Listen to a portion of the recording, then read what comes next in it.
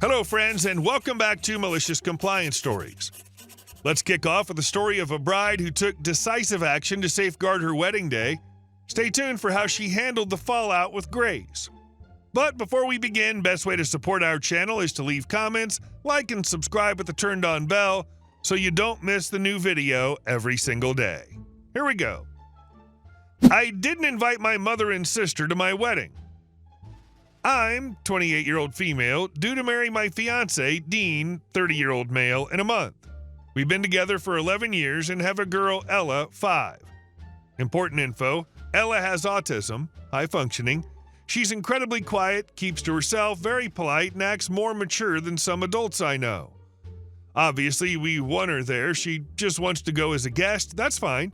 She's the only child under 16 allowed at our wedding. I was talking to Mom the other day about final plans when she asked me about childcare for Ella. I was confused as we've made it clear from the start Ella would be there, to which Mom said that as Sis isn't allowed to bring her kids, we assumed Ella wouldn't be there either because of her autism.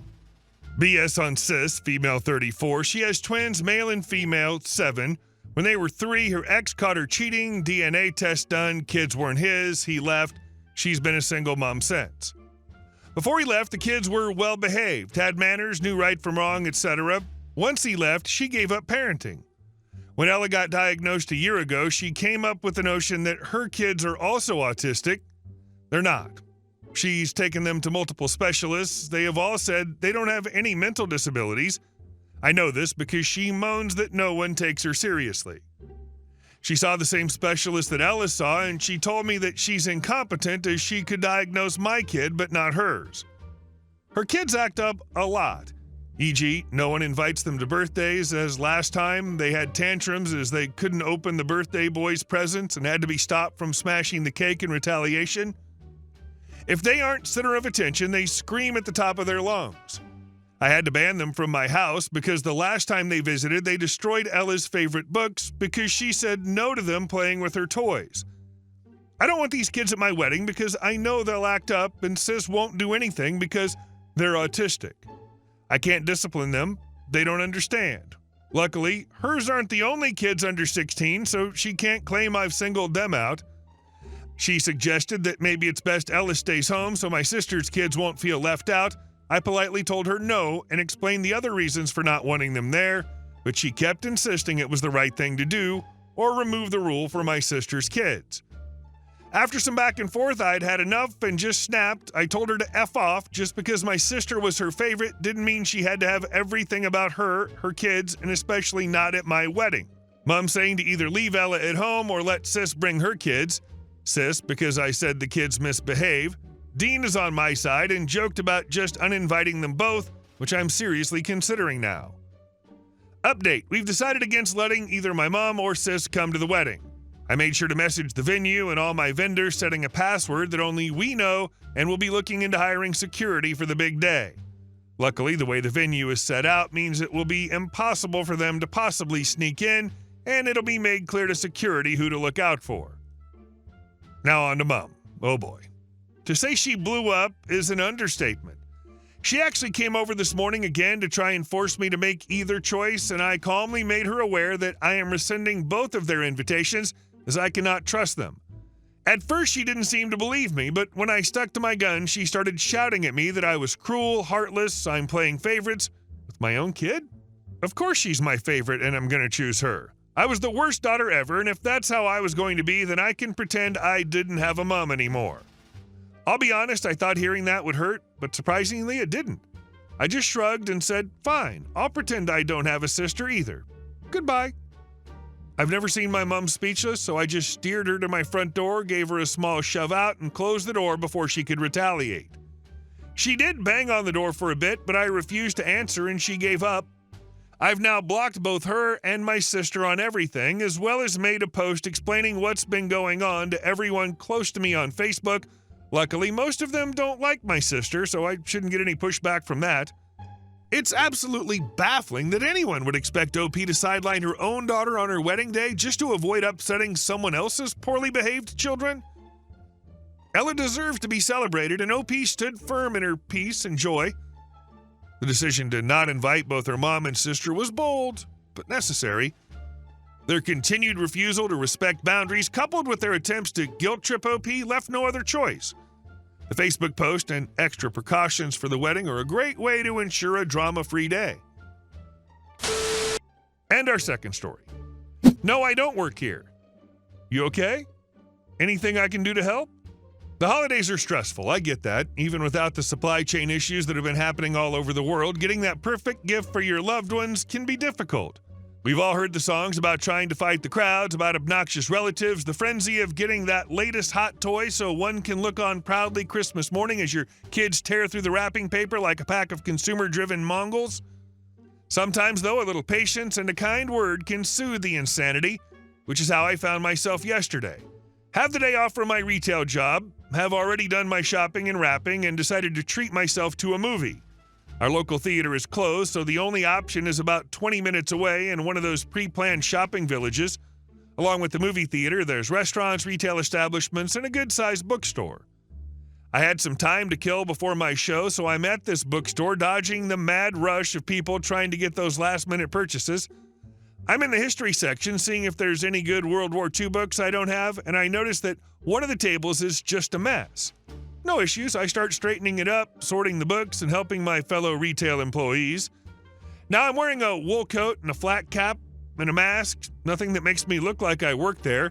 But since I've made the mistake of cleaning something, I'm now a target. Hey, I turn to have a smartphone shoved in my face and my eyes cross. Help me find this. Whoa, I take a step back and there's a very anxious lady gesticulating with the phone wildly. I need this, now. Slow down, what's wrong? I said help me find this now. She's stressed out. Might look like a typical Karen, but I don't know her story. I don't work here. And before you say a word, I was straightening that table up because I felt like it. Now let's try this again. What are you looking for? What do you mean you don't? I cut her off. I mean exactly what I just said. I do not work here. But what are you looking for? She deflates and is on the verge of tears. I need this for my kids. She holds up her phone. On the screen is Betrayal at House on the Hill. Good game. And I can't find it. My daughter just wants this, and I can't find anything in this stupid... I know where that is. Take a moment. Breathe. It's going to be okay.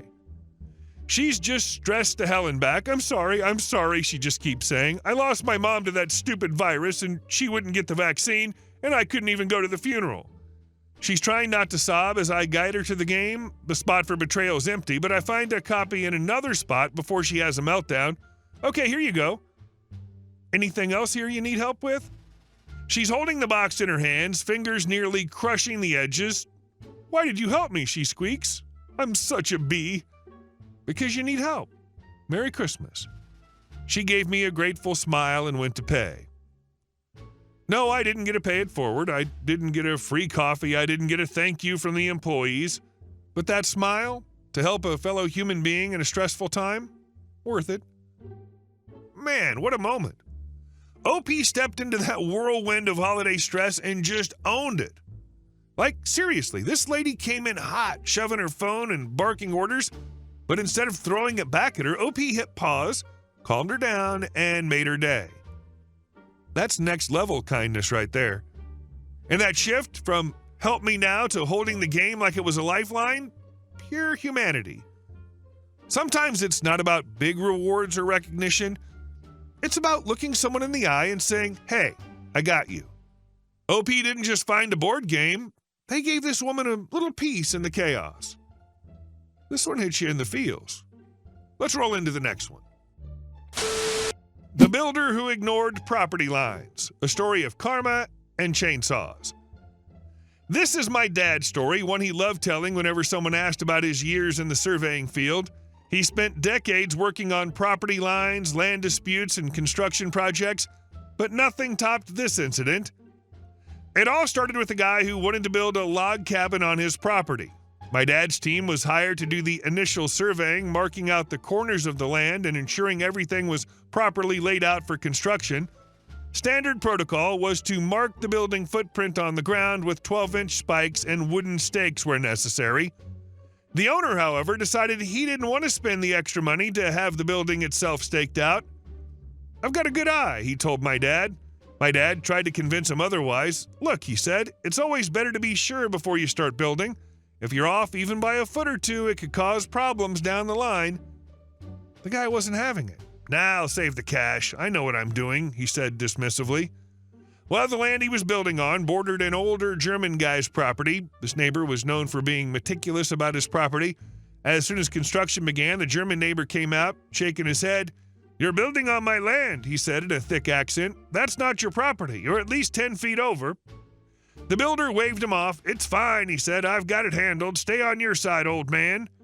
The German neighbor wasn't one to let things slide. You'll see, he said. Mark my words. The cabin was completed a few months later. It was a nice-looking log cabin, sturdy and well-constructed, except for one major issue.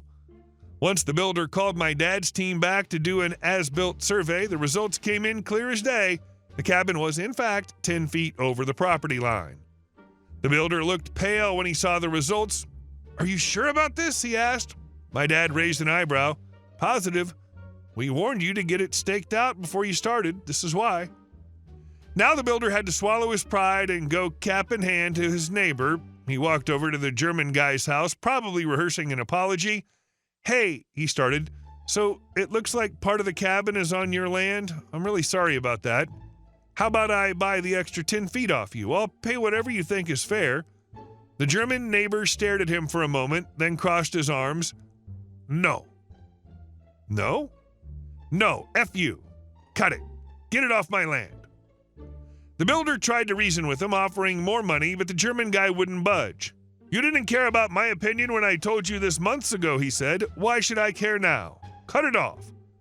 And that's exactly what the builder had to do.